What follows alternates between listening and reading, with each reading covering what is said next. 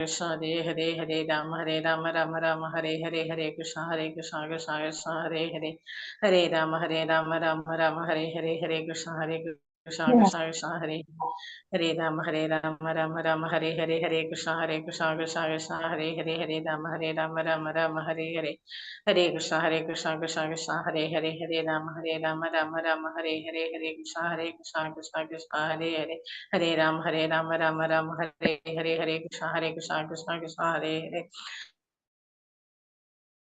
Hare Krishna Om Namo Bhagavate Vasudevaya Om Namo Bhagavate Vasudevaya Om Namo Bhagavate Vasudevaya Om Ajnanatimidandasya Jnananjana Salakaya Chakshuruन्मीलितं येन तस्मै श्री गुरवे नमः नमो विष्णुपादाय कृष्णप्रेष्ठाय भूतले श्रीमते भक्तिवेदान्त स्वामिनिधि नामिने नमस्ते सारस्वते देवे गौरवाणी प्रचारिणे निर्विशेष शून्यवादी पाश्चात्य देशधारिणे जय श्री कृष्ण चैतन्य प्रभु नित्यानंद श्री अद्वैत गदाधर श्रीवासादि गौर भक्त वृंद हरे कृष्ण कृष्ण कृष्ण हरे हरे हरे राम राम राम हरे हरे ഹരേ കൃഷ്ണ ശ്രീ ശ്രീ രാധാ ഗോവിന്ദ ടെമ്പിൾ ഇസ്കോൺ ബാംഗ്ലൂരിന്റെ ഭഗവത്ഗീത ക്ലാസ്സിലേക്ക് എല്ലാവർക്കും സ്വാഗതം.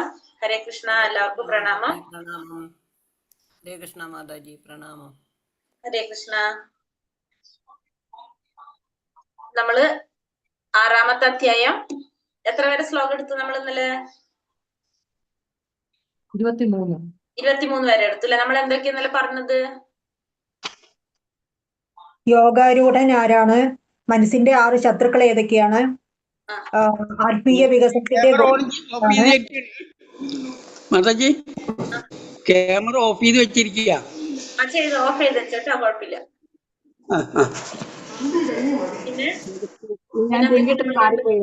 ഇന്നലെ ക്ലാസിന്റെ സമയത്ത് എന്റെ നെറ്റ് പോയായിരുന്നു, ഞാൻ പുറത്തു പോയായിരുന്നു. അപ്പൊ പിന്നെ നമ്മൾ എന്താ കണ്ടത്? യോഗാരൂഢന മനസ്സിലായി. പിന്നെ മനസ്സിന്റെ 6 ശത്രുക്കൾ ഏതൊക്കെയാണ്? 6 ശത്രുക്കള് മോഹ ലോക മോഹമത മാത്സര്യം അല്ലെ? ഇതാണ് ശത്രുക്കൾ കണ്ടു. പിന്നെ വേറെ എന്ത് കണ്ടു മനസ്സിലായി നമുക്ക്? യോഗയുക്തൻ, യുക്തം എന്നിവ എന്താണെന്ന്. പിന്നെ ജനങ്ങളെ എങ്ങനെയുള്ളവരായിരിക്കും? ബൃഹന്നാരദീയ പുരാണത്തിൽ പറഞ്ഞിരിക്കുന്നതൊക്കെ പഠിച്ചു. കലിയുഗത്തിലെ ജനങ്ങളെ കുറിച്ച്. എങ്ങനെയുള്ളവരാണ് കലിയുഗത്തിലെ ജനങ്ങള്? കലിയുഗത്തിലെ ജനങ്ങൾ അല്പായുസുകളായിരിക്കും, ആത്മബോധം കുറവുള്ളവരായിരിക്കും, ആത്മീയ ബോധം കുറവുള്ളവരായിരിക്കും, പിന്നെ വിവിധ ക്ലേശങ്ങൾ അനുഭവിക്കുന്നവരും ആയിരിക്കും. അതെ, ആകുലത ഉള്ളായിരിക്കും അല്ലെ? നമ്മള് വ്യാകുലരായിരിക്കും. നമ്മളെ സ്വഭാവം തന്നെ പറഞ്ഞാൽ നമുക്ക് മനസ്സിലാക്കാൻ സാധിക്കും. നമുക്ക് ഭയങ്കര ആകുലതയായിരിക്കും. എന്താണ് നാളത്തെ കുറിച്ചുള്ള ചിന്തകളായിരിക്കും കൂടുതൽ അല്ലെ? നമ്മൾ ഇങ്ങനെ വേവലാതി പെട്ടുകൊണ്ടിരിക്കുന്നവരാണ്. നമ്മളെ സ്വഭാവം തന്നെയാണല്ലോ. അപ്പൊ നമുക്ക് പെട്ടെന്ന് മനസ്സിലാക്കാൻ സാധിക്കും അത് പറയുമ്പോ. അപ്പൊ അതാണ് കലിയുഗത്തിലുള്ള ജനങ്ങളുടെ പ്രത്യേകത പറഞ്ഞത്. അപ്പൊ അതുകൊണ്ടാണ് നമുക്ക് കലിയുഗത്തിൽ ഇതിനൊക്കെ നമുക്ക് മോചനം എന്തുകൊണ്ട് സാധിക്കുന്നു പറഞ്ഞു? നാമസങ്കീർത്തനം കൊണ്ട് സാധിക്കുന്നു പറഞ്ഞു അല്ലെ? ഇത്രയും കാര്യങ്ങൾ നമ്മള് പകുതി 24 വരെയുള്ള ശ്ലോകത്തില് നമ്മൾ 23 വരെയുള്ള ശ്ലോകത്തിൽ കണ്ടു അല്ലെ? പിന്നെ നമ്മൾ പറഞ്ഞു ഇപ്പൊ ഒരു യോഗി യോഗാസിദ്ധികളൊക്കെ കിട്ടി എന്തില് ആസക്തനായി കഴിഞ്ഞാൽ എന്തുണ്ടാവില്ല? ആ യോഗിക്ക് പൂർണ്ണത നേടാൻ സാധിക്കില്ല എന്ന് പറഞ്ഞു. എന്താ പറഞ്ഞത്? യോഗത്തിന്റെ ഉപോൽപ്പന്നങ്ങളിൽ ആസക്തനായി കഴിഞ്ഞാൽ ആ യോഗിക്ക് എന്ത് സാധിക്കില്ല? പൂർണ്ണത നേടാനായിട്ട് സാധിക്കില്ല എന്നും കണ്ടു നമ്മള്. അതായത് നമ്മുടെ ലക്ഷ്യം മാറിപ്പോകും. അതായത് നമ്മൾ പറഞ്ഞു വരുന്നതാണ്, നമ്മളിപ്പോ കുറെ നാള് നാമൊക്കെ ജപിച്ച് നമ്മൾ ഇങ്ങനെ ഓരോന്ന് ചെയ്തിട്ട് നമുക്ക് തോന്നും ചിലപ്പോ നമ്മൾ പറയുന്ന പോലെയൊക്കെ നടക്കുമ്പോ നമുക്ക് ചെറിയൊരു മാറ്റം വന്നു കഴിഞ്ഞാല്, അതായത് യോഗികളെ കുറിച്ചാണ് പറഞ്ഞത്. അപ്പൊ അവർക്ക് ഇങ്ങനെ കുറെ സിദ്ധികളൊക്കെ വരുമ്പോ മറ്റുള്ളവര് നമ്മളെ കുറെ പ്രശംസിക്കും. അപ്പൊ നമ്മൾ അതിൽ വീണ് പോയി കഴിഞ്ഞാൽ നമുക്ക് എന്ത് സംഭവിക്കും? നമുക്ക് പിന്നെ പൂർണ്ണത നേടാനായിട്ട് സാധിക്കുന്നുണ്ടാവില്ല. നമ്മൾ അങ്ങനത്തേല് മായയാണ് അതൊക്കെ. അതിലേക്ക് നമ്മൾ പെടാനായിട്ട് പാടില്ല. അതുവരെ നമ്മൾ നിർത്തിയത് അല്ലെ? ഇനി 24ാമത്തെ ശ്ലോകത്തിലേക്കാണ് പോകേണ്ടത് നമ്മള്. പോകാം. ഹരേ കൃഷ്ണ. ഓം നമോ ഭഗവതേ വാസുദേവായ. സാ നിശ്ചയേന യോക്തവ്യോ യോഗോ നിർവിണ്ണ ചേതസ സങ്കൽപ്പ പ്രഭവാൻ കാമാസ്ത്യക്താ സർവാന ശേഷതഃ മനസ്സൈവേന്ദ്രിയ ഗ്രാമം നിയമ സമന്തതഃ. സ്ഥൈര്യത്തോടും വിശ്വാസത്തോടും കൂടി വേണം യോഗം പരിശീലനത്തിൽ ഏർപ്പെടാൻ.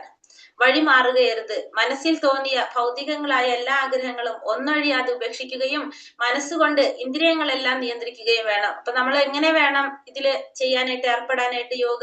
ഇപ്പൊ നമ്മൾ പറഞ്ഞുകൊണ്ടിരിക്കുന്ന എന്താണ്? അഷ്ടാംഗ യോഗയെ കുറിച്ചാണ് പറഞ്ഞുകൊണ്ടിരിക്കുന്നത് അല്ലെ? അഷ്ടാംഗ യോഗയെ കുറിച്ചുള്ള സെക്ഷൻ, 3-ാമത്തെ സെക്ഷനാണ് നമ്മളിപ്പോ പറഞ്ഞുകൊണ്ടിരിക്കുന്നത്. അപ്പൊ അതിൽ നമ്മൾ 23 ശ്ലോകം വരെ എടുത്തതെന്നല്ലേ. അപ്പൊ അതിൽ പറയുന്നത് സ്ഥൈര്യത്തോടും വിശ്വാസത്തോടും കൂടി വേണം നമ്മൾ എന്ത് ചെയ്യാൻ? യോഗ പരിശീലനത്തിൽ ഏർപ്പെടാൻ വേണ്ടിയിട്ട്. വഴിമാറാൻ പാടില്ല. പിന്നെ മനസ്സിൽ തോന്നിയ ഭൗതികങ്ങളായ എല്ലാ ആഗ്രഹങ്ങളും ഒന്നൊഴിയാതെ ഉപേക്ഷിക്കുകയും മനസ്സുകൊണ്ട് ഇന്ദ്രിയങ്ങളെല്ലാം നിയന്ത്രിക്കുകയും വേണം. നമ്മളെ എല്ലാ ആഗ്രഹങ്ങളും നമ്മൾ ഉപേക്ഷിക്കണം. പിന്നെ എന്ത് വേണം? മനസ്സുകൊണ്ട് ഇന്ദ്രിയങ്ങളെ നിയന്ത്രിക്കുകയും വേണം. അങ്ങനെ വേണം നമ്മൾ യോഗ പരിശീലനത്തിൽ ഏർപ്പെടാൻ വേണ്ടിയിട്ട്.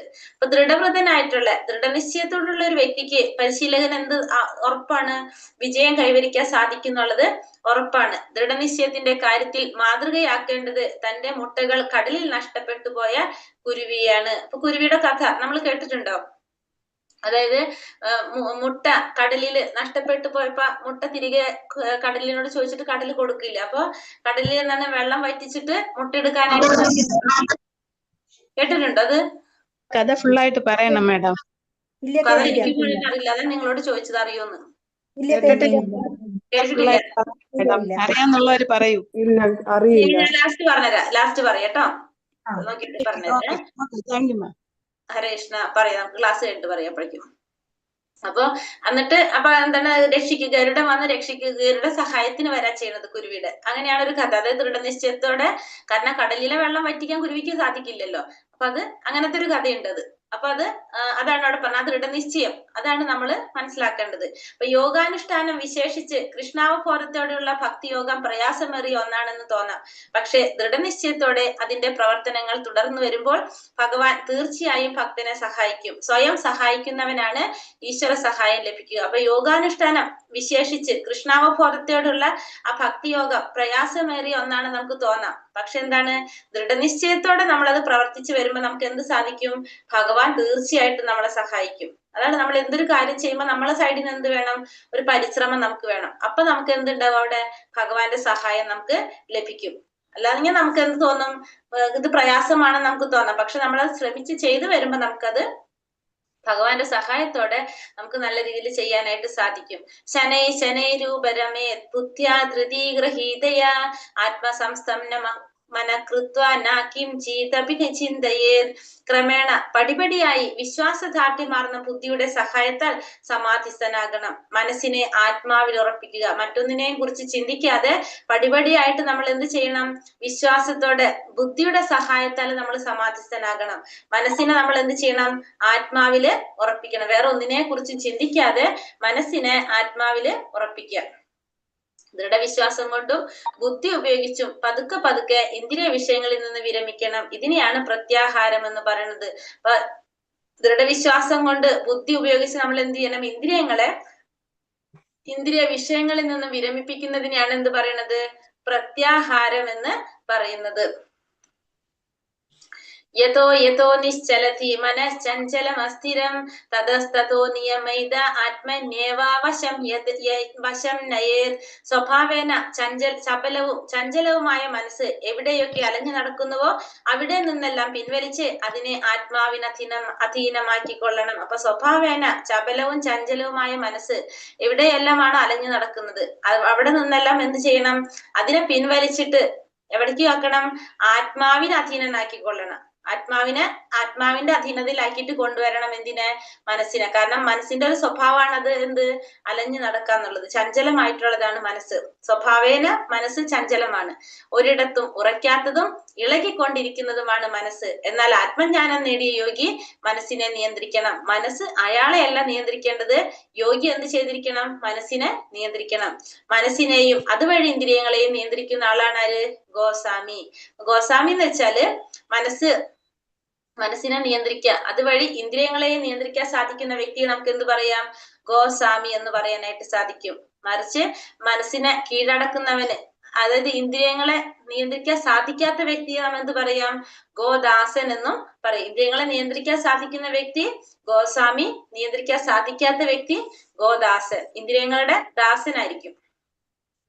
പ്രശന്തമനസം ഹേന്യം യോഗിനം സുഖമുത്തമം ഉപൈതി ശാന്തരജസം ബ്രഹ്മഭൂതാമ കൽമഷം.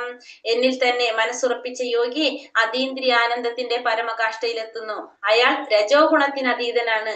താൻ പരമപുരുഷനുമായി ഗുണത്തിലൊന്നാണെന്ന് മനസ്സിലാക്കുന്നതിനാൽ പൂർവകർമ്മങ്ങളുടെ പ്രതികരണങ്ങളിൽ നിന്ന് മുക്തനുമാണ് അദ്ദേഹം. അപ്പൊ എന്നിൽ തന്നെ മനസ്സുറപ്പിച്ചിരിക്കുന്ന ആ യോഗി എന്താണ്? അതീന്ദ്രിയ ആനന്ദത്തിന്റെ ആ പരമകാഷ്ഠയിൽ എത്തും. അയാൾ എങ്ങനെയാണ്? രജോ ഗുണത്തിന് അതീതനാണ്, പരമപുരുഷനുമായി ഗുണത്തിൽ ഒന്നാണെന്ന് മനസ്സിലാക്കുന്നത് കൊണ്ട് തന്നെ പൂർവകർമ്മങ്ങളുടെ പ്രതികരണത്തിൽ നിന്ന് അയാൾ മുക്തനുമായിരിക്കും. ഇപ്പൊ പരമപുരുഷനുമായിട്ട് ഗുണത്തിൽ ഒന്നാണെന്ന് മനസ്സിലാക്കുന്നത് കൊണ്ട് ആ വ്യക്തി എങ്ങനെയാണ്? പൂർവകർമ്മങ്ങളുടെ പ്രതികരണത്തിൽ നിന്ന് ആ വ്യക്തി മുക്തനുമായിരിക്കും. ഇപ്പൊ ഭഗവാനിൽ തന്നെ മനസ്സുറപ്പിച്ച യോഗി അതീന്ദ്രിയ ആനന്ദത്തിന്റെ പരമ കാഷ്ഠയിൽ ഏറ്റവും ടോപ്പിൽ എത്താനായിട്ട് സാധിക്കും. രജോ ഗുണത്തിന് അതീതനായിരിക്കും ആ വ്യക്തി. ഭഗവാനുമായിട്ട് പരമപുരുഷനുമായിട്ട് ഗുണത്തിൽ ഒന്നാണെന്ന് മനസ്സിലാക്കുന്നത് കൊണ്ട് തന്നെ പൂർവകർമ്മങ്ങളുടെ പ്രതികരണത്തിൽ നിന്ന് മുക്തനുമായിരിക്കും ആര്? ആ യോഗി. ബ്രഹ്മഭൂതം എന്ന വാക്ക് ഭൗതിക മാലിന്യങ്ങൾ ഒഴിഞ്ഞ് ഇന്ദ്രിയാതീതമായ ഭഗവത് സേവനത്തിൽ ഏർപ്പെട്ടിരിക്കുന്നതിനെ സൂചിപ്പിക്കുന്നു. ഇവിടെ ബ്രഹ്മഭൂതം എന്ന് പറഞ്ഞ വാക്ക് എന്തിനെ സൂചിപ്പിക്കും? ഭൗതികമായ മാലിന്യങ്ങളെല്ലാം ഒഴിഞ്ഞ് ഇന്ദ്രിയങ്ങൾക്ക് അതീതമായിട്ട് ഭഗവത് സേവനത്തിൽ ഏർപ്പെട്ടിരിക്കുന്നതിനെ സൂചിപ്പിക്കുന്നതാണ് എന്ത്? ബ്രഹ്മഭൂതം എന്ന വാക്ക്. യുഞ്ജന്നേവം സദാത്മാനം യോഗി വിഗത കൽമഷഃ സുഖേന ബ്രഹ്മ സംസ്പർശ അത്യന്തം സുഖമശ്നുതേ. അപ്രകാരം നിയന്ത്രിതാത്മാവായ യോഗി സദാ യോഗാനിഷ്ഠനായി ഭൗതിക മാലിന്യങ്ങളിൽ നിന്ന് മുക്തി നേടി ഭഗവാന്റെ അതീന്ദ്രിയ സേവനമാകുന്ന പരമാനന്ദത്തിന്റെ അത്യുന്നതമായ അവസ്ഥയിലെത്തുന്നു. ഇപ്രകാരം നിയന്ത്രിതാത്മാവായിട്ടുള്ള യോഗി സദാ യോഗാനിഷ്ഠനായിട്ട് ഭൗതിക മാലിന്യങ്ങളിൽ നിന്ന് മുക്തി നേടി ഭഗവാന്റെ അതീന്ദ്രിയ സേവനമാകുന്ന പരമാനന്ദത്തിന്റെ ആ അത്യുന്നതമായ അവസ്ഥയിലേക്ക് എത്താൻ ആർക്ക് സാധിക്കും? ഇത്തരത്തില് നിയന്ത്രിത ആത്മാവായിട്ടുള്ള ഒരു യോഗിക്ക് സാധിക്കും. ഭൗതിക മാലിന്യങ്ങളിൽ നിന്ന് മുക്തി നേടാനും ഭഗവാന്റെ അതീന്ദ്രിയ സേവനം, അതായത് ആ പരമാനന്ദത്തിൽ ആ സേവനം കൊണ്ട് പരമാനന്ദത്തിൽ എത്താനും ആർക്ക് സാധിക്കും? ആ ഉത്തമനായിട്ടുള്ള യോഗിക്ക് സാധിക്കും. സർവഭൂതാസ്തമാത്മാനം സർവഭൂതാനി ചാത്മനി ഈക്ഷതേ യോഗയുക്താത്മാ സർവത്ര സമദർശനഃ.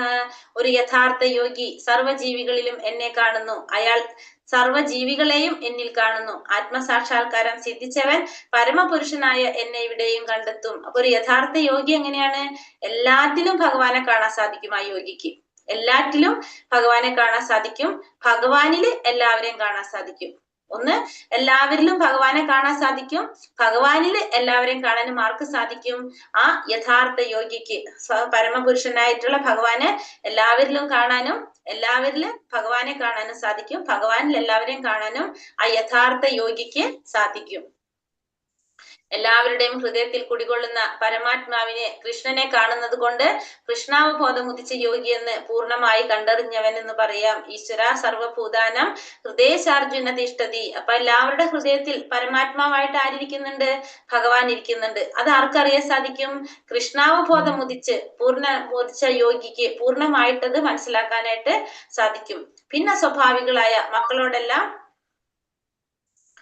ഒരമ്മ നിഷ്പക്ഷ ഭാവേന പെരുമാറുന്നത് പോലെ പരമപിതാവും അങ്ങനെ പെരുമാറുന്നു. സർവഭൂതങ്ങളിലും പരമാത്മാ സാന്നിധ്യമുണ്ട്. അപ്പോ ഒരു അമ്മയുടെ മക്കൾ എല്ലാവരും ഒരേ സ്വഭാവത്തിലായിരിക്കില്ല. പക്ഷെ അമ്മ എല്ലാവരോടും എങ്ങനെയായിരിക്കും? നിഷ്പക്ഷമായിട്ടായിരിക്കും അമ്മ പെരുമാറുന്നത്. അതേപോലെ തന്നെയാണ് എന്ത്? പരമപിതാവും നമ്മളോട് പെരുമാറുന്നത്. എല്ലാവരോടും ഒരേപോലെ പെരുമാറാൻ ആർക്ക് കഴിയും? ഭഗവാന് കഴിയും. നമ്മുടെ പരമപിതാവായിട്ടുള്ള ഭഗവാന് കഴിയും. യോ മാം പശ്യതി സർവത്ര സർവം ചാമയി പശ്യതി തസ്യാഹം ന പ്രണശ്യാമി സചാമേന പ്രണശ്യതി. എവിടെയും ഞാൻ കുടികൊള്ളുന്നതായും എല്ലാം എന്നിൽ അടങ്ങുന്നതായും കാണുന്നവനെ ഞാൻ ഒരിക്കലും നഷ്ടപ്പെടുകയില്ല. എനിക്ക് അവനും നഷ്ടപ്പെട്ടു പോവില്ല.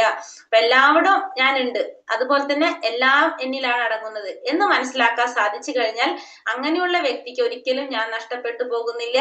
മാത്രമല്ല എനിക്ക് അവനും നഷ്ടപ്പെട്ടു പോകുന്നില്ല. അപ്പൊ എവിടെയും ഞാൻ കുടികൊള്ളുന്നതായിട്ടും എല്ലാം എന്നിൽ അടങ്ങുന്നതായിട്ടും കാണുന്നവന് ഞാൻ ഒരിക്കലും നഷ്ടപ്പെട്ടു പോകുന്നില്ല.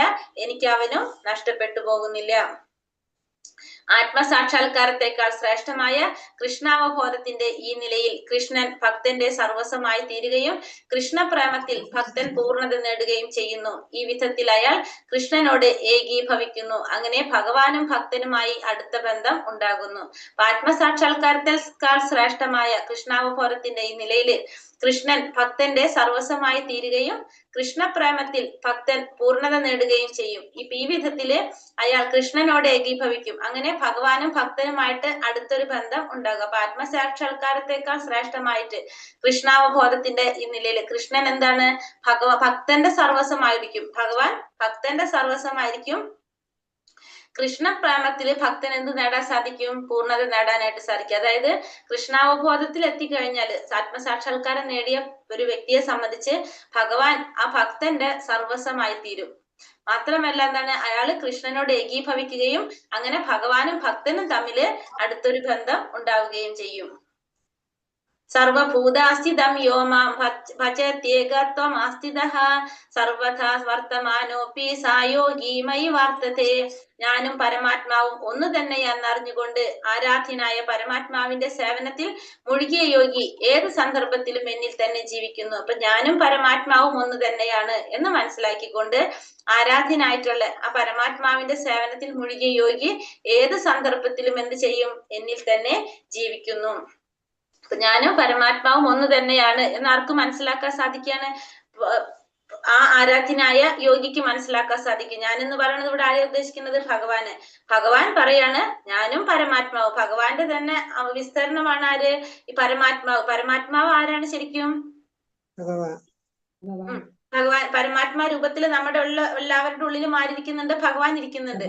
ആ പരമാത്മാവ് ഭഗവാന്റെ ഏത് വിസ്തരണമായിട്ടാ വരുന്നത്? ക്ഷീരോദകശായി വിഷ്ണു അല്ലെ? ആ ക്ഷീരോദകശായി വിഷ്ണു ഞാനും, അതായത് കൃഷ്ണനിൽ നിന്ന് വന്നതാണ് അത് ക്ഷീരോദകശായി വിഷ്ണു. ഇത് രണ്ടും ഒന്നാണെന്ന് മനസ്സിലാക്കുന്നവര് ഭഗവാന്റെ സേവനത്തിൽ മുഴുകി ഏത് സന്ദർഭത്തിലും ഭഗവാനിൽ തന്നെ ജീവിക്കും. യോഗചര്യയിലെ സമാധിയുടെ പരമകാഷ്ഠയാണ് കൃഷ്ണാവബോധം. എല്ലാവരുടെയും ഹൃദയത്തിൽ കൃഷ്ണൻ പരമാത്മാവായി കുടികൊള്ളുന്നുവെന്ന ബോധം തന്നെ യോഗിയെ കുറ്റമറ്റവനാക്കും. അപ്പൊ യോഗചര്യയില് സമാധിയുടെ പരമകാഷ്ഠയാണ് എന്ത്? കൃഷ്ണാവബോധം എന്ന് പറയുന്നത്. എല്ലാവരുടെയും ഹൃദയത്തിൽ കൃഷ്ണൻ പരമാത്മാവായി കുടികൊള്ളുന്നുവെന്ന ബോധം തന്നെ യോഗിയെ കുറ്റമുറ്റവനാക്കും. അപ്പൊ എല്ലാവരുടെ ഹൃദയത്തിൽ ആയിരിക്കുന്നുണ്ട് പരമാത്മാവായിട്ട് ഭഗവാൻ കുടികൊള്ളുന്നുണ്ടെന്നുള്ള ബോധം ഒരു യോഗി എന്താണ്? കുറ്റമറ്റവനാക്കും. അപ്പൊ എല്ലാവർക്കും മനസ്സിലാക്കാൻ സാധിക്കും ഭഗവാൻ ഉണ്ട് നമ്മുടെ ഹൃദയത്തില് പരമാത്മാവായിരിക്കുന്നുണ്ടെന്ന്. അത് ആർക്കറിയാൻ സാധിക്കുന്നത്? കൃഷ്ണാവബോധത്തിലെത്തിയ ഒരു വ്യക്തിക്ക്. ആത്മൗപമ്യേന സർവത്ര സമം പശ്യതി യോർജുന സുഖം വായതി വാ ദുഃഖം സായോഗ പരമോ മതഃ. അല്ലയോ അർജുന, എല്ലാ ജീവികളെയും അവരുടെ സുഖത്തിലും ദുഃഖത്തിലും തന്നോട് സദൃശ്യനായി കണ്ട് സമഭാവനയോടെ വർത്തിക്കുന്നവനാണ് ഉത്തമനായ യോഗി.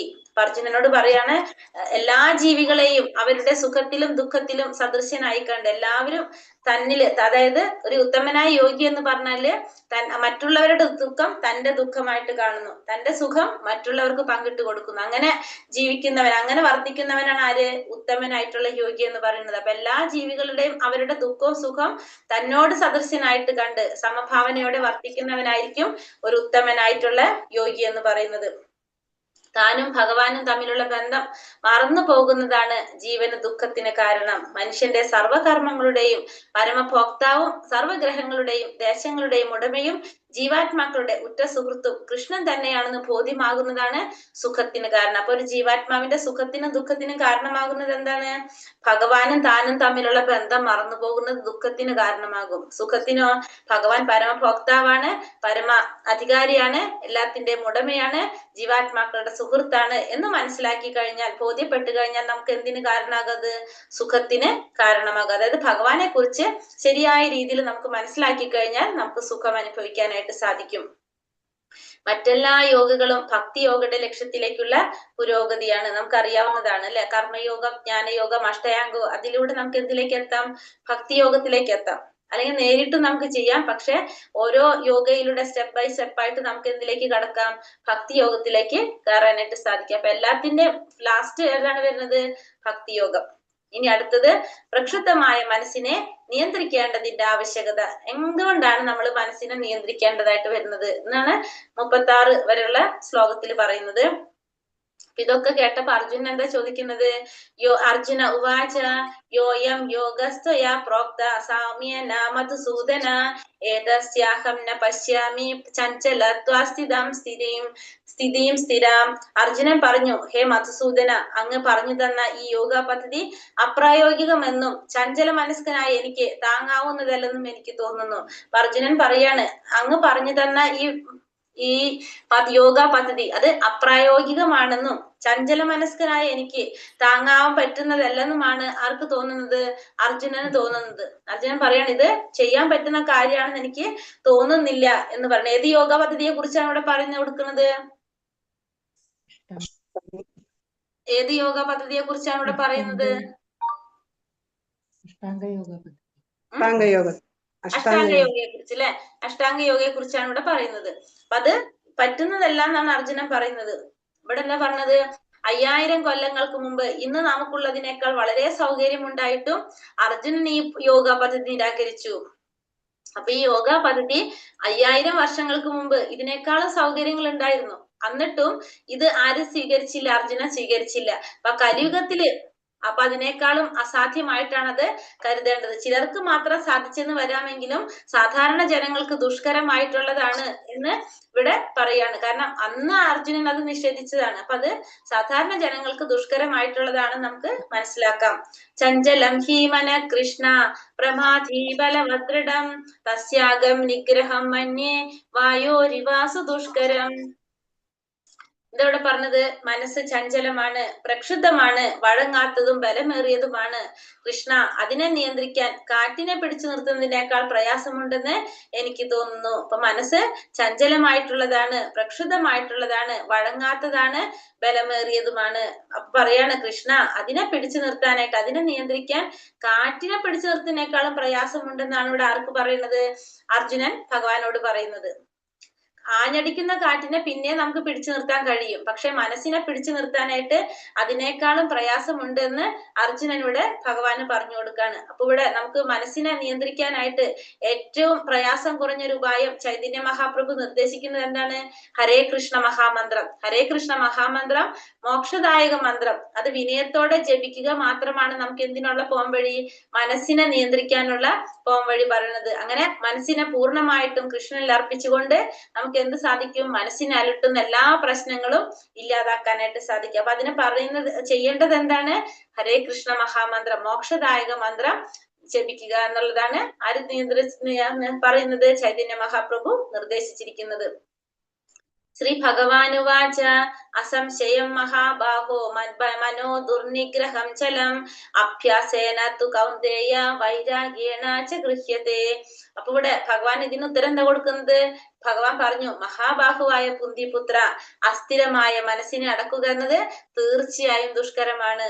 എന്നാൽ യുക്തമായ പരിശീലനം കൊണ്ടും നിസ്സംഗത കൊണ്ടും അത് സാധിക്കാവുന്നതാണ്. അപ്പൊ അർജുനൻ പറയാണ്, ഭഗവാൻ പറഞ്ഞു കൊടുക്കാണ് അർജുനന്, മഹാബാഹുവായ അർജുന, അസ്ഥിരമായ മനസ്സിനെ അടക്കുക എന്നുള്ളത് തീർച്ചയായിട്ടും ദുഷ്കരമായിട്ടുള്ള ഒരു കാര്യം തന്നെയാണ്. പക്ഷെ യുക്തമായ പരിശീലനം കൊണ്ടും നിസ്സംഗത കൊണ്ടും അത് സാധിക്കാവുന്നതാണ്. പരിശീലനം കൊണ്ടും നിസ്സംഗത കൊണ്ടും അത് എളുപ്പത്തിൽ നമുക്ക് സാധിക്കും.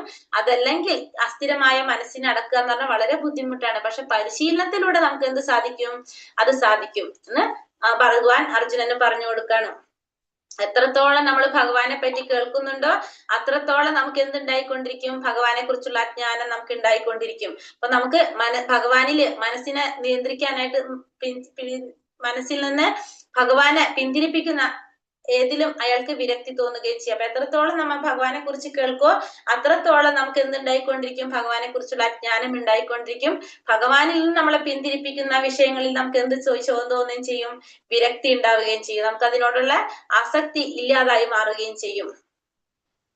അസംയതാത്മനോ യോഗോ ദുഷ്പ്രാപ ഇതി മേ മതിഹി വശ്യാത്മനാ തുതിയതഥാ ശക്യോ വാപ്തൂമുപായതഃ. മനോനിയന്ത്രണമില്ലാത്തവന് ആത്മസാക്ഷാത്കാരം പ്രയാസമേറിയതാണ്.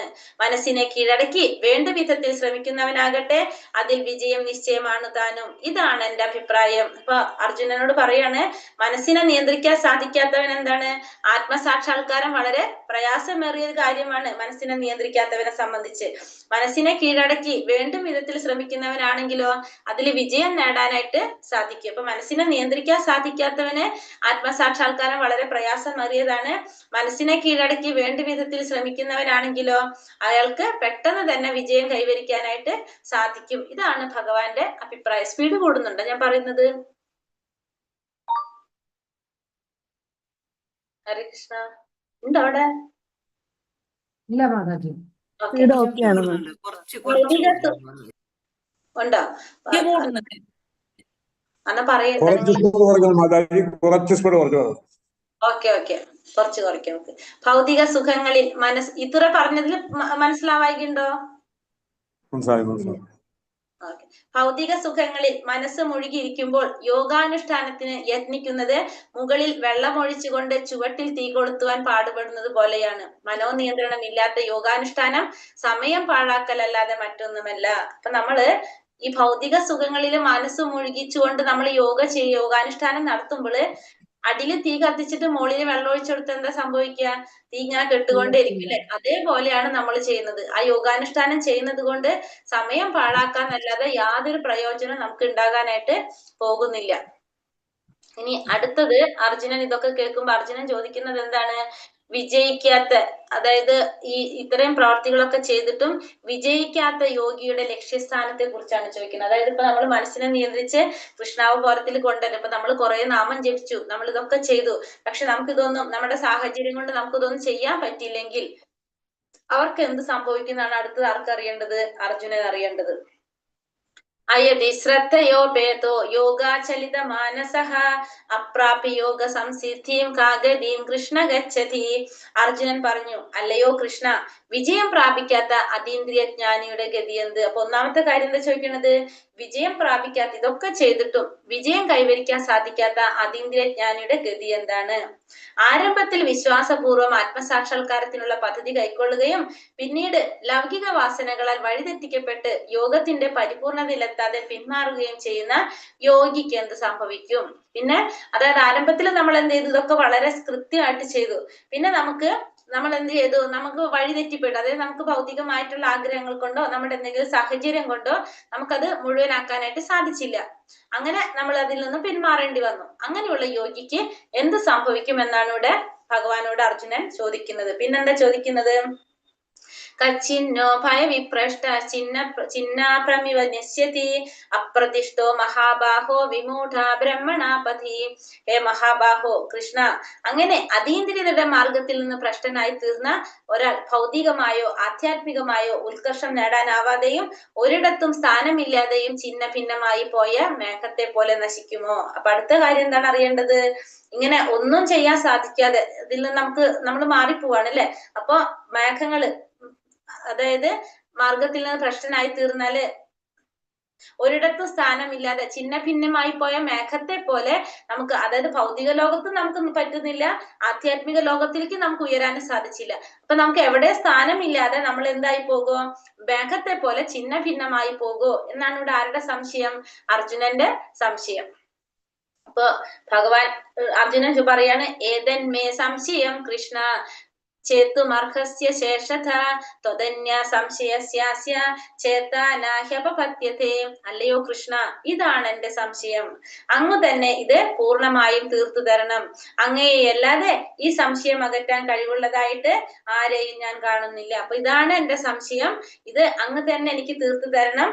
അങ്ങയെയല്ലാതെ ഈ സംശയം അകറ്റാനായിട്ട് കഴിവുള്ളവരായിട്ട് ഞാൻ വേറെ ആരെയും കാണുന്നില്ല എന്നിവിടെ ഭഗവാന്റെ അടുത്ത് അർജുനൻ പറയാണ്. അപ്പൊ ഭഗവാൻ എന്താ പറഞ്ഞു കൊടുക്കുന്നത്?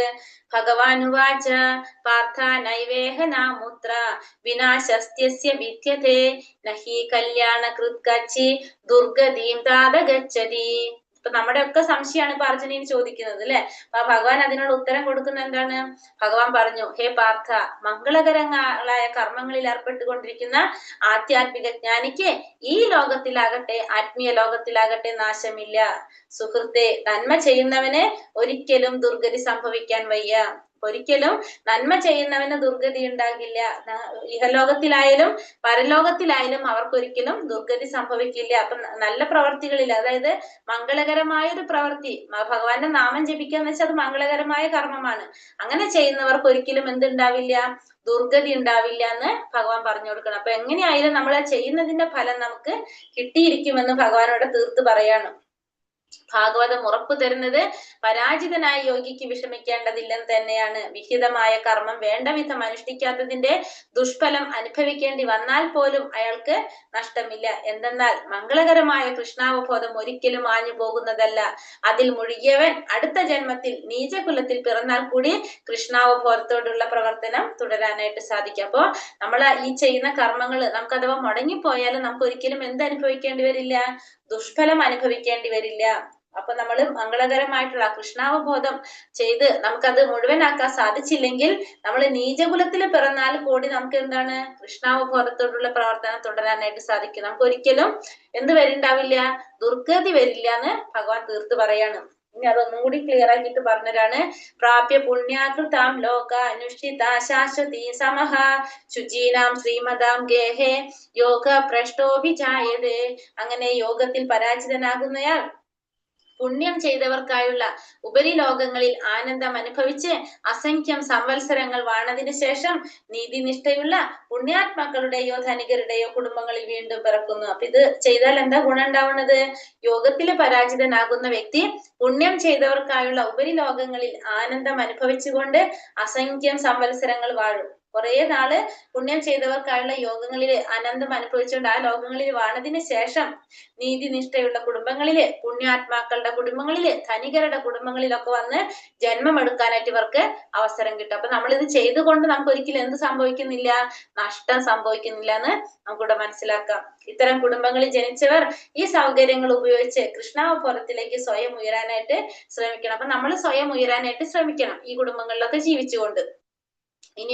ഇനി പറയുന്നതാണ്, അഥവാ യോഗിനാമേവ കുലേ ഭവതി ധീമതാം ഏതത്തി ദുർലഭതരം ലോകേ ജന്മായതി ദൃശ്യം. അല്ലെങ്കിൽ അഭിജ്ഞരായ അതീന്ദ്രിയ യോഗികളുടെ കുലത്തിൽ പിറന്നെന്ന് വരാം. തീർച്ചയായും ഈ ലോകത്തിൽ അത്തരത്തിലുള്ള ജന്മം സുദുർലഭമാണ്. അതല്ലെങ്കിൽ പിന്നെന്താ സംഭവിക്കുന്നത്? അതീന്ദ്രിയ യോഗികളുടെ കുടുംബത്തിൽ ജന്മം എടുക്കും. അപ്പൊ അങ്ങനെയുള്ള കുടുംബത്തിൽ ജന്മം എടുത്ത എന്താണ്? ഓർമ്മ വെക്കുമ്പോ തന്നെ അവരെന്ത് പ്രാക്ടീസ് ചെയ്ത് തുടങ്ങും? ഭക്തി പ്രാക്ടീസ് ചെയ്ത് തുടങ്ങും. അത് അവർക്ക് ആ ജന്മത്തില് ഇത്തരത്തിലുള്ള ജന്മം കിട്ടുന്ന ദുർലഭമായിട്ടാണ് അങ്ങനത്തെ ഒരു ജന്മം കിട്ടുന്നത്. അങ്ങനെ അതീന്ദ്രിയ ജ്ഞാനികളുടെ കുടുംബങ്ങളില്, മഹാജ്ഞാനികളായ യോഗികളുടെ കുടുംബത്തിൽ ജനിച്ചു കഴിഞ്ഞാല് ആ കുട്ടിക്ക് എന്താണ്? ജീവിതത്തിന്റെ ആരംഭം മുതൽക്ക് തന്നെ ആധ്യാത്മിക പ്രവണത ഉണ്ടാകുന്നത് കൊണ്ടാണ് വിശേഷിച്ചും ആചാര്യന്മാരുടെയും ഗോസ്വാമിമാരുടെ ഒക്കെ കുടുംബത്തിൽ ജന്മം എടുക്കുക. അങ്ങനെ എന്ത് സാധിക്കാണ്? അപ്പൊ അവർക്ക് ഈ പറഞ്ഞ ആചാര്യന്മാരുടെ അല്ലെങ്കിൽ ഗോസ്വാമിമാരുടെ, ആധ്യാത്മിക ആചാര്യന്മാരുടെ, ആധ്യാത്മിക ജ്ഞാനികളുടെ ഒക്കെ കുലത്തിൽ ജന്മം എടുത്തുകൊണ്ട് അവർക്ക് ജീവിതത്തിന്റെ ആരംഭം മുതൽക്ക് തന്നെ ഭക്തി പ്രാക്ടീസ് ചെയ്യാനായിട്ട് അവർക്ക് സാധിക്കും. അപ്പൊ ഒരിക്കലും നമുക്ക് എന്ത് സംഭവിക്കുന്നില്ല? നഷ്ടം സംഭവിക്കുന്നില്ല. തത്ര തം ബുദ്ധി സംയോഗം ലഭതേ പൗർവദേഹികം തതോ ഭൂയ സംസിദ്ധ കുരുനന്ദന. അല്ലയോ കുരുനന്ദന, അങ്ങനെ വീണ്ടും പിറവിക്കുമ്പോൾ യോഗിക്ക് മുൻജന്മത്തിലെ ദിവ്യാവബോധം തിരിച്ചു കിട്ടുന്നു. ആധ്യാത്മികമായി പൂർണ്ണ വിജയം നേടാൻ അയാൾ പ്രയത്നം തുടരുന്നു. അപ്പൊ അങ്ങനെ നമുക്ക് ആ ഓർമ്മ നമുക്ക് കിട്ടുമ്പോ ദിവ്യാവബോധം തിരിച്ചു കിട്ടും വീണ്ടും ജനിക്കുമ്പോ. അങ്ങനെ നമുക്ക് എന്ത് സാധിക്കും? വിജയം നേടാനായിട്ട് പ്രയത്നിക്കാനായിട്ട് സാധിക്കും. അതിനൊരു ഉദാഹരണം നമുക്ക് ആരെ പറയാം? ഭരത മഹാരാജാവിനെ പറയാം. അങ്ങനെ മുൻജന്മത്തിൽ അതീന്ദ്രിയാവബോധം പുനർജനിക്കാൻ വേണ്ടിയിട്ട് ഒരു ഉദാഹരണമാണ് ഭരത മഹാരാജാവ്. അതായത് ഭരത മഹാരാജാവ് പിന്നെന്താണ്? മരണശേഷം മാനായിട്ട് ജന്മം എടുത്തു. വീണ്ടും മരണശേഷം ആരായിട്ട് വരാണ്? ജഡഭരതനായിട്ട് ജന്മം എടുക്കുകയാണ് ചെയ്യുന്നത്. അപ്പൊ ഓർമ്മ വന്നതുകൊണ്ട്, പൂർവ്വജന്മത്തിനെ കുറിച്ച് ഓർത്തുകൊണ്ട് അദ്ദേഹത്തിന് എന്ത് സാധിക്കാണ്? എന്താണ്? മഹർഷിമാരുടെ അടുത്തിൽ അവിടെ പ്രാക്ടീസ് ചെയ്തുകൊണ്ട് യജ്ഞങ്ങളൊക്കെ ചെയ്തുകൊണ്ട് അദ്ദേഹത്തിന് ആരായിട്ട് മാറാൻ സാധിക്കും? ഭരത മഹാരാജാവായിട്ട് മാറാനും തനിക്കത് മനസ്സിലായതുകൊണ്ട് അദ്ദേഹം എന്താണ് പിന്നെ ബധിരനും മൂകനുമായിട്ട് അഭിനയിച്ച് സാക്ഷാത്കാരം നേടി പോകാനും സാധിക്കുകയാണ് ചെയ്യുന്നത്. അപ്പൊ അങ്ങനെ നമുക്ക് ദിവ്യാവബോധം കിട്ടുന്നത് കൊണ്ട് നമുക്ക് ആ കഴിഞ്ഞ ജന്മത്തിന്റെ തെറ്റ് മനസ്സിലാക്കി അത് പ്രവൃത്തി ചെയ്യാനായിട്ടുള്ള ഒരു അവസരം നമുക്ക് കിട്ടും. പൂർവാഭ്യാസേന താനൈവ ഹ്രിയദേവഹ്യശോപി സ ജിജ്ഞാസുരവിയോഗസ്യ ശബ്ദ ബ്രഹ്മാദി വർത്തതേ. മുൻ ജന്മത്തിൽ സിദ്ധിച്ച ദിവ്യാവബോധത്താൽ എങ്ങും തേടി പോകാനാതെ തന്നെ അയാൾ സ്വാഭാവികമായി യോഗ സിദ്ധാന്തത്തിൽ അർഹനായി തീരും. ജിജ്ഞാസുവായ യോഗി ആചാരനിഷ്ഠങ്ങളായ ധർമ്മശാസ്ത്ര പ്രമാണങ്ങൾക്ക് അതീതനാണ്. അപ്പൊ മുൻ ജന്മത്തിൽ സിദ്ധിച്ച ഈ ദിവ്യമായ അവബോധം ഉള്ളത് കൊണ്ട് തന്നെ എങ്ങും തേടി പോകാതെ ആരും പറയാതെ തന്നെ അയാൾക്ക് എന്താണ് യോഗ സിദ്ധിയിൽ അയാൾ ആകൃഷ്ടനായിട്ട് മാറും. കാരണം ഓൾറെഡി ചെയ്തു വെച്ചിട്ടുണ്ട്. അങ്ങനെ ധർമ്മശാസ്ത്രങ്ങൾക്ക് അതീതനായിട്ടായിരിക്കും ആ വ്യക്തി പ്രവർത്തിക്കേണ്ടത്. കാരണം കഴിഞ്ഞ ജന്മത്തിൽ ആദ്യമേ അത് ചെയ്തു വെച്ചിട്ടുള്ളത് കൊണ്ട്. അതിന് ഉദാഹരണം ഹരിദാസ് ഠാക്കൂർ നാമാചാര്യൻ എന്നാണ് അദ്ദേഹം അറിയപ്പെടുന്നത്. ഒരു മുസ്ലിം കുടുംബത്തിലാണ് അദ്ദേഹം ജന്മം എടുക്കുന്നത്.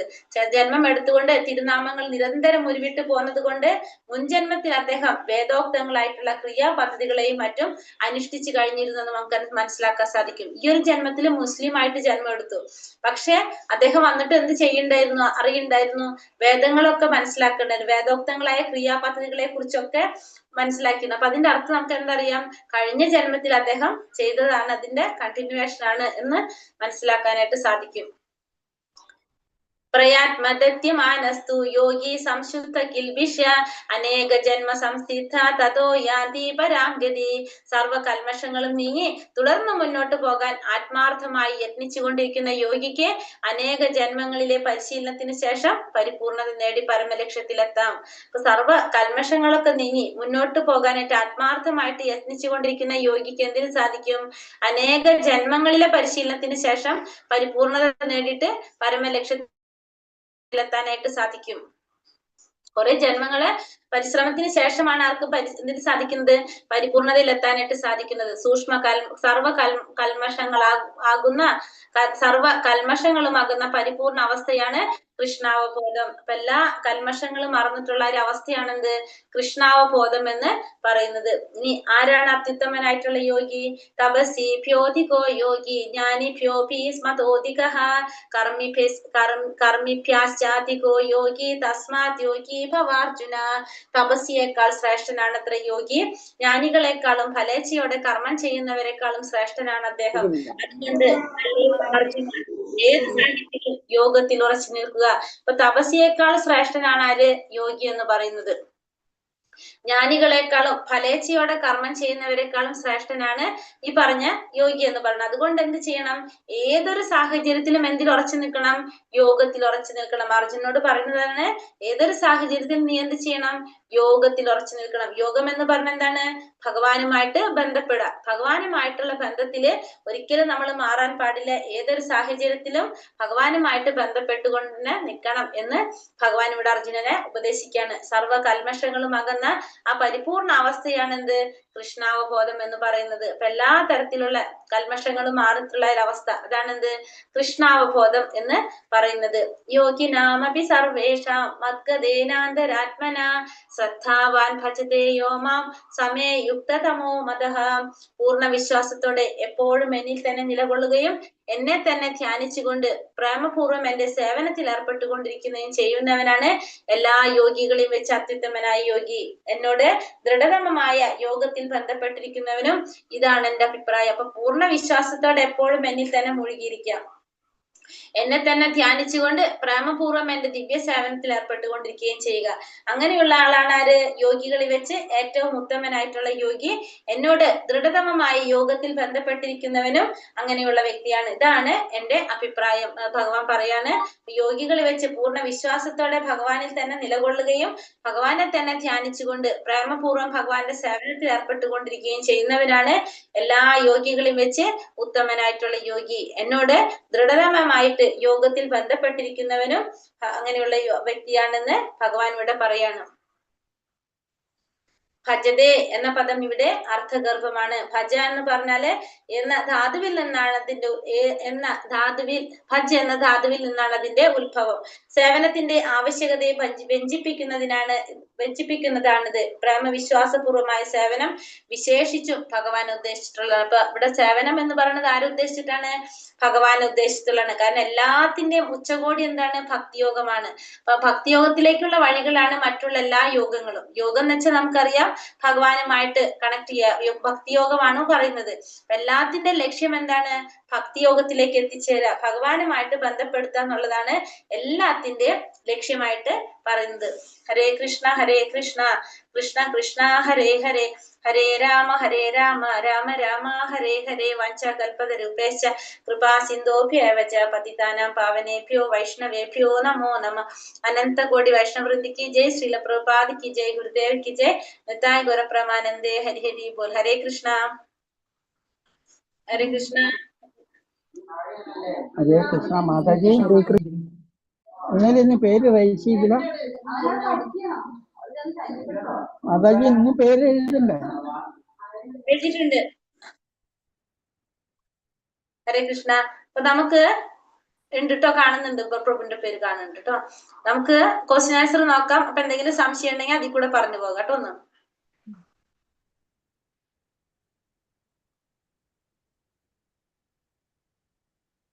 First question വായിക്കാവോ?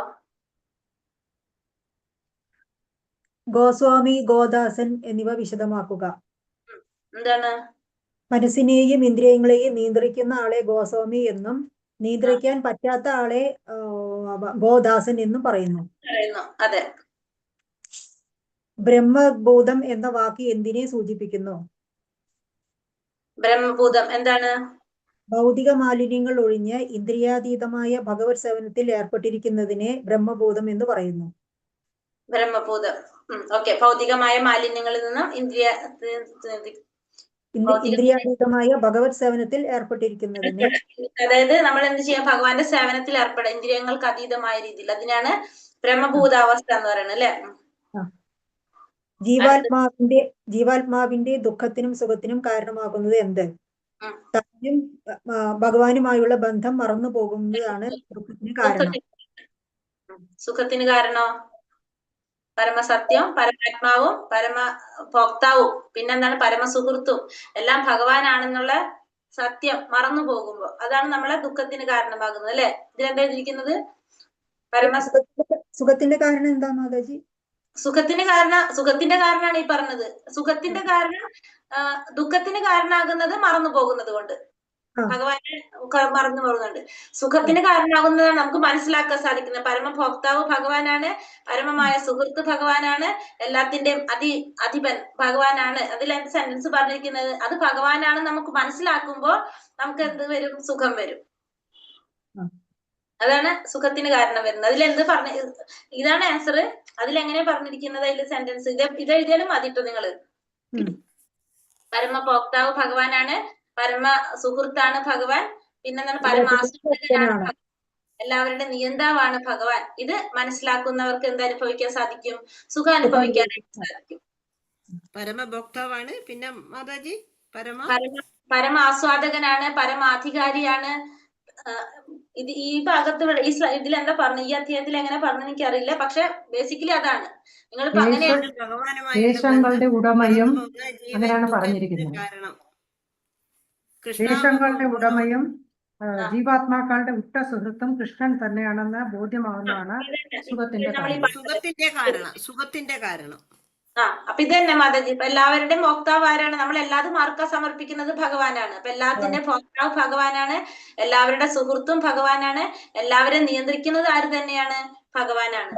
എല്ലാതും ഭഗവാനാണെന്ന് നമ്മൾ മനസ്സിലാക്കി കഴിഞ്ഞാൽ നമുക്ക് എന്ത് കിട്ടി? അപ്പൊ നമ്മൾ ഓട്ടോമാറ്റിക്കലി എല്ലാം ഭഗവാന് വേണ്ടി ചെയ്യും. അപ്പൊ നമ്മളെ സുഖത്തിന് കാരണമായിട്ട് മാറും അത്. അടുത്ത ക്വസ്റ്റ്യൻ എന്താണ്? മനോനിയന്ത്രണത്തിന് ഏറ്റവും പ്രയാസം കുറഞ്ഞ ഉപായം എന്ത്? ഏതാണ്? ഹരേ കൃഷ്ണ മന്ത്രം ജപിക്കുക. അർജുനൻ ഭഗവാനോട് ചോദിക്കുന്ന ചോദ്യങ്ങൾ എന്തെല്ലാം? അത് ഒന്ന് പറഞ്ഞുതരോ? അർജുനൻ ചോദിക്കുന്ന എന്തൊക്കെയായിരുന്നു? ഒരു മിനിറ്റ് നടക്കട്ടെ. ഒന്ന് ചോദിച്ചത് അർജുനൻ ചോദിച്ചത് മുപ്പത്തിയെട്ട്. പ്രാപിക്കാത്ത അതീന്ദ്രജ്ഞാനിയുടെ ഗതി എന്താണ്? വിജയം പ്രാപിക്കാത്ത അതീന്ദ്രിയ ജ്ഞാനിയുടെ ഗതി എന്തായിരിക്കും? വിജയം പ്രാപിക്കാത്ത അതീന്ദ്രിയ ജ്ഞാനി, അതായത് കുറേ ചെയ്തു, നമ്മള് ചെയ്യുന്നേക്കാളും കുറേ നാമം ജപിച്ചു, ഭഗവാന്റെ സേവനം ചെയ്തു, ഇതൊക്കെ ചെയ്തിട്ടും ആ വ്യക്തിക്ക് എന്ത് സാധിച്ചില്ല? വിജയം പ്രാപിക്കാൻ സാധിച്ചില്ല അതീന്ദ്രിയ ജ്ഞാനിക്ക്. അപ്പൊ ആ വ്യക്തിയുടെ ഗതി എന്താണ്? അതിനുള്ള ഉത്തരാണ് ഭഗവാൻ പറഞ്ഞത്. അതീന്ദ്രിയ ജ്ഞാനി ആചാര്യന്മാരുടെ കുടുംബത്തിൽ ജന്മം എടുക്കും. അങ്ങനെ അതീന്ദ്രിയമായിട്ടുള്ള വ്യക്തികളുടെ കുടുംബം എടുത്തിട്ട് എന്താണ് ഓർമ്മ വെച്ച സമയം തൊട്ട് അവർക്ക് എന്ത് സാധിക്കും? ഭഗവത് സേവനം ചെയ്യാനായിട്ട് സാധിക്കുന്നു. അതാണ് അതിന് പറഞ്ഞ ഉത്തരം ഭഗവാൻ. രണ്ടാമത്തെ ചോദ്യം എന്താണ്? ആരംഭത്തിൽ വിശ്വാസപൂർവ്വം ആത്മസാക്ഷാത്കാരത്തിനുള്ള പദ്ധതികൾ കൈക്കൊണ്ടു പിന്നീട് ലൗകികമായ ഭൗതികമായ വാസന കൊണ്ട് വഴിതെറ്റി പോയി കഴിഞ്ഞാല് അങ്ങനെ പൂർണ്ണതയിലെത്താതെ പിന്മാറേണ്ടി വരാം. ഇപ്പൊ നമ്മൾ കുറെ നാള് നാമം ജപിച്ചു, നമ്മുടെ വീട്ടിലെ സാഹചര്യങ്ങൾ കൊണ്ടും നമ്മുടെ പ്രശ്നങ്ങൾ കൊണ്ടും നമുക്കത് ചെയ്യാൻ സാധിച്ചില്ല. അങ്ങനെയാണെങ്കിൽ എന്ത് സംഭവിക്കും? അപ്പൊ രണ്ട് തരത്തിലുള്ള കാര്യം ചോദിച്ചു. ഒന്ന്, നന്നായിട്ട് ചെയ്തു, അതീന്ദ്രിയവാദിയായി, അതീന്ദ്രിയമായിട്ടുള്ള ഒരു യോഗ്യയുടെ അവസ്ഥയിലെത്തി, പക്ഷെ എന്നിട്ടും അദ്ദേഹത്തിന് എന്ത് സാധിച്ചില്ല? സാക്ഷാത്കാരം നേടാൻ സാധിച്ചില്ല. അപ്പൊ അങ്ങനെയുള്ളവർ എവിടേക്കാ പോകുന്നത്? അതീന്ദ്രിയ ജ്ഞാനികളുടെ കുടുംബത്തിൽ, ആചാര്യന്മാരുടെ കുടുംബത്തിലൊക്കെ, ഗോസ്വാമിമാരുടെ കുടുംബത്തിലൊക്കെ ജന്മം എടുത്തിട്ട്, അപ്പൊ അങ്ങനെയുള്ളവരൊന്നും പറയണ്ട, ഓട്ടോമാറ്റിക്കലി സ്വമേധയാ തന്നെ ഓർമ്മ വെക്കുന്ന, ഒറ്റടി വെച്ച് നടക്കുമ്പോ തന്നെ എന്ത് പ്രാക്ടീസ് ചെയ്ത് തുടങ്ങും? ഭക്തി പ്രാക്ടീസ് ചെയ്ത് തുടങ്ങും. കാരണം വീട് അങ്ങനത്തെ ഒരു അന്തരീക്ഷമാണല്ലോ, അപ്പൊ അത് ചെയ്യാൻ പറ്റും. അങ്ങനെ രണ്ടാമത്തെ ചോദിക്കുന്നത്, ഇപ്പൊ നമ്മളെ പോലുള്ളവർ കുറെ നാള് നമ്മൾ നാമം ജപിച്ചു, പക്ഷെ നമ്മൾക്ക് ഭൗതികമായിട്ടുള്ള എന്തെങ്കിലും സമ്മർദ്ദം കൊണ്ടോ നമ്മുടെ സാഹചര്യം കൊണ്ടോ നമുക്കത് വിട്ടുപോകേണ്ടി വന്നു, ചെയ്യാൻ സാധിച്ചില്ല. അങ്ങനെയുള്ളവർക്ക് എന്ത് സംഭവിക്കുന്നതാണ് അടുത്ത് ചോദിച്ചത്. അങ്ങനെയുള്ളവർക്ക് എന്താണ്? ധനാഢ്യരുടെ കുടുംബങ്ങളില്, ശ്രേഷ്ഠരായ ഭക്തന്മാരുടെ കുടുംബങ്ങളില് ജന്മം എടുത്തുകൊണ്ട് അവിടുത്തെ സൗകര്യങ്ങൾ ഉപയോഗിച്ചുകൊണ്ട് നമുക്ക് എന്ത് ചെയ്യാൻ സാധിക്കും? വീണ്ടും നമുക്ക് ഭക്തി പ്രാക്ടീസ് ചെയ്യാനായിട്ട് സാധിക്കും. അപ്പൊ ധനാഢ്യരായിട്ടുള്ള, അവിടെ പറയുന്നുണ്ട് എങ്ങനെയുള്ളതെന്ന് പറഞ്ഞത്, ധനാഢ്യരുടെ കുടുംബം, പുണ്യാത്മാക്കളുടെ എന്താണ് പറഞ്ഞത്, ധർമ്മബോധമുള്ളവരുടെ കുടുംബത്തില്, ധർമ്മബോധമുള്ളവരുടെ വൈഷ്ണവ ബ്രാഹ്മണന്മാരുടെ കുടുംബത്തില്, കുലശ്രേഷ്ഠതയുള്ള ധനാഢ്യരുടെ കുടുംബത്തില് നമുക്ക് ജന്മം എടുത്തുകൊണ്ട് നമുക്ക് വീണ്ടും എന്ത് ചെയ്യാൻ സാധിക്കും? ഈ ഭഗവാന്റെ കാര്യം കൃഷ്ണാവബോധത്തിലേക്ക് ഉയരാനായിട്ട് സാധിക്കും. 41ാമത്തെ ശ്ലോകത്തിൽ പറയുന്നുണ്ട് അതിനെ കുറിച്ച്. അപ്പൊ അതാണ് അതിൽ പറഞ്ഞത്. അപ്പൊ രണ്ട് തരത്തില് നമുക്ക്, അപ്പൊ നമ്മൾ എന്ത് ചെയ്താലും നമുക്ക് അവിടെ എന്ത് സംഭവിക്കുന്നില്ല? നഷ്ടം സംഭവിക്കുന്നില്ല ഒരിക്കലും. നമുക്ക് ആ ചെയ്യുന്നതിന്റെ ഫലം നമുക്ക് എന്തായാലും കിട്ടിയിരിക്കും. അതിപ്പോ നിങ്ങൾ ഇന്ന് രാവിലത്തെ ഭാഗവതം ക്ലാസ്സിൽ കയറിയിട്ടുണ്ടായിരുന്നു ആരെങ്കിലും? ഇന്നത്തെ കാലത്തെ ക്ലാസ്സിൽ കേട്ടത് ഓർമ്മയുണ്ടോ മാതാജിക്ക്? എന്താ പറഞ്ഞ? നമ്മള് മരണം സംഭവിക്കുന്നതിനെ കുറിച്ച് പറഞ്ഞു. അപ്പൊ ഇത് കണക്ട് ചെയ്ത് വന്നുകൊണ്ട് പറയാണ്, നമ്മൾ എന്താ പറഞ്ഞത്? ഭഗവാൻ, നമ്മള് ജന്മം അവസാനിച്ച്, അതായത് ഒന്നിലേക്ക് പ്രളയം വന്നിട്ട്, അല്ലെങ്കിൽ നമ്മൾ എങ്ങനെ മരണം സംഭവിച്ചു കഴിഞ്ഞാൽ നമ്മൾ ഭഗവാനിൽ വിലയം പ്രാപിച്ച നമ്മൾ എന്ത് സംഭവിക്കുന്നായിരുന്നു? നമ്മൾ ഉറങ്ങി എഴുന്നേറ്റ് വരുന്ന പോലെയാണെന്ന് പറഞ്ഞു അല്ലെ? നമ്മൾ ഉറങ്ങി എഴുന്നേറ്റ് വരുമ്പോ നമ്മൾ എങ്ങനെയാണ്? ഇന്നലെ ബാക്കി വെച്ച ജോലി നമ്മൾ ഇന്ന് ചെയ്യും. ഉറങ്ങി എഴുന്നേറ്റ് വന്ന നമ്മൾ കുളിച്ച് വൃത്തിയായിട്ട് ഡ്രസ്സ് മാറിയിട്ട് നമ്മൾ എന്ത് ചെയ്യും? ഇന്നലത്തെ ബാക്കി വെച്ച ജോലി ഇന്ന് ചെയ്തു തുടങ്ങും. അതേപോലെയാണ് നമ്മുടെ ജീവാത്മാവ്. നമ്മള് ഈ മരണം സംഭവിച്ചു, അപ്പൊ ജീവാത്മാവിന് പിന്നെന്താണ്? പിന്നെ ജന്മം വരുമ്പോൾ നമ്മുടെ ബാക്കിയുള്ള കർമ്മങ്ങളെ അടുത്ത ജന്മത്തിൽ നമ്മള് തിരിച്ച് രണ്ടാമത് ചെയ്യേണ്ടി വരും. അതായത് നമുക്ക് വേറൊരു ശരീരം കിട്ടണം. അപ്പൊ നമ്മൾ കുളിച്ച് ഡ്രസ്സ് മാറുന്ന പോലെ ജീവാത്മാവിന് അടുത്ത ശരീരം കിട്ടി. അപ്പൊ അത് ഇന്നലെ വരെ ചെയ്തതിന്റെ ബാക്കി ഈ ശരീരത്തിൽ ഇരുന്നുകൊണ്ട് ഇന്ന് ചെയ്യാൻ തുടങ്ങും. അങ്ങനെ അപ്പൊ നമുക്കത് എളുപ്പത്തിൽ മനസ്സിലാക്കാൻ വേണ്ടിട്ട് അത് പറഞ്ഞതാണ്. പക്ഷെ അതുകൊണ്ട് ഇപ്പൊ ഇത് പറഞ്ഞപ്പോ നമുക്ക് ക്ലിയർ ആയത് അല്ലെ? കണ്ടിന്യൂ ചെയ്യാനായിട്ട് പറ്റും നമുക്കത്. ഹരേ കൃഷ്ണ. അടുത്ത ചോദ്യം എന്താണ്? നീ ഉണ്ടോ? ഇത് തന്നെ ഭഗവാൻ നൽകുന്ന ഉത്തരം എന്താണ്? ഉത്തരം. അപ്പൊ അതും കിട്ടിയില്ലേ? രണ്ടെണ്ണത്തിന്റെ ഉത്തരായില്ലേ? ഭഗവാൻ നൽകിയ ഉത്തരമായി. ഇനി ചോദ്യം ഉണ്ടോ? ഇനി നമ്മളൊരു കുരുവിയുടെ കഥ ബാക്കിയുണ്ടായിരുന്നു അല്ലെ? ഞാൻ അതിൻ്റെ ഇടയിൽ അത് എടുക്കായിരുന്നു. കുരുവിയുടെ കഥ. കുരുവി ഒരിക്കലും കടൽ തീരത്ത് മുട്ടയിട്ടിട്ട് കടൽ തിരമാലകൾ വന്നിട്ട് ആ മുട്ട മുഴുവൻ ആര് കൊണ്ടുപോയി? കടല് കൊണ്ടുപോയി. അപ്പൊ മുട്ട തിരികെ നൽകാനായിട്ട് കുരുവി കടലിനോട് ആവശ്യപ്പെട്ടെങ്കിലും കടല് കേട്ട ഭാവം നടിച്ചില്ല. അപ്പൊ മുട്ടകള് തിരികെ കിട്ടാനായിട്ട് കുരുവി ഒരു തീരുമാനം എടുക്കാണ്, ഈ കടലിലെ വെള്ളം മുഴുവനും വറ്റിക്കുന്നു. കുരുവിക്ക് കടലിലെ വെള്ളം വറ്റിക്കാൻ പറ്റുമോ? പക്ഷെ കുരുവി അങ്ങനെ ഒരു ദൃഢനിശ്ചയത്തോടെ എന്ത് വിചാരിക്കുകയാണ്? ആ വെള്ളം മുഴുവനും വറ്റിക്കുന്നു. അപ്പൊ ചെറിയ ചുണ്ടില് കുറേശ്ശെ വെള്ളം കോരി കരയിലേക്ക് ഒഴിക്കാനായിട്ട് തുടങ്ങി. അപ്പൊ ആ കുരുവിക്ക് കടലിലെ വെള്ളം വറ്റിക്കാനായിട്ട് സാധിക്കില്ല. പക്ഷെ അന്നത്തെ എന്താണ്? മറ്റുള്ള പക്ഷികളും എല്ലാവരും എന്താണ്? കുരുവിയെ പരിഹസിക്കാനായിട്ട് തുടങ്ങി. പക്ഷെ കുരുവി എന്ത് ചെയ്തുകൊണ്ടിരുന്നു? തന്റെ ജോലി ചെയ്തുകൊണ്ടേയിരുന്നു. അപ്പൊ കുരുവിയുടെ ആ ഭക്തിയും സ്ഥിരോത്സാഹം കണ്ടിട്ട് പക്ഷികളുടെ രാജാവായിട്ടുള്ള ഗരുഡൻ കുരുവിയെ സഹായിക്കാനായിട്ട് തീരുമാനിച്ചു. ഗരുഡൻ കടലിനോട് പറഞ്ഞു, ഈ കുരുവിയുടെ മുട്ട തിരികെ കൊടുക്കുക, അല്ലെങ്കിൽ ഞാൻ നിന്നെ വറ്റിച്ചു കളയും പറഞ്ഞു. അപ്പൊ എന്തായി? ഗരുഡനെ ഭയന്ന് കടൽ എന്ത് ചെയ്തു? ഉടനെ തന്നെ മുട്ട തിരികെ കൊടുക്കും. അതാണ്, അതായത് നമ്മള് അചഞ്ചലമായിട്ടുള്ള ഭക്തിയോടെ ദൃഢനിശ്ചയത്തോടെ നമ്മളൊരു കാര്യം വിചാരിച്ച് ചെയ്യാൻ തുടങ്ങിക്കഴിഞ്ഞാല് നമുക്ക് ആര് സഹായത്തിന് വരും? അവിടെ ഭഗവാൻ നമ്മളെ കൂടെ ഉണ്ടാവും. നമ്മള് ചെയ്യുന്ന കാര്യം നമ്മൾ എങ്ങനെയായിരിക്കണം? ഭക്തിയോട് കൂടി ചെയ്യണം.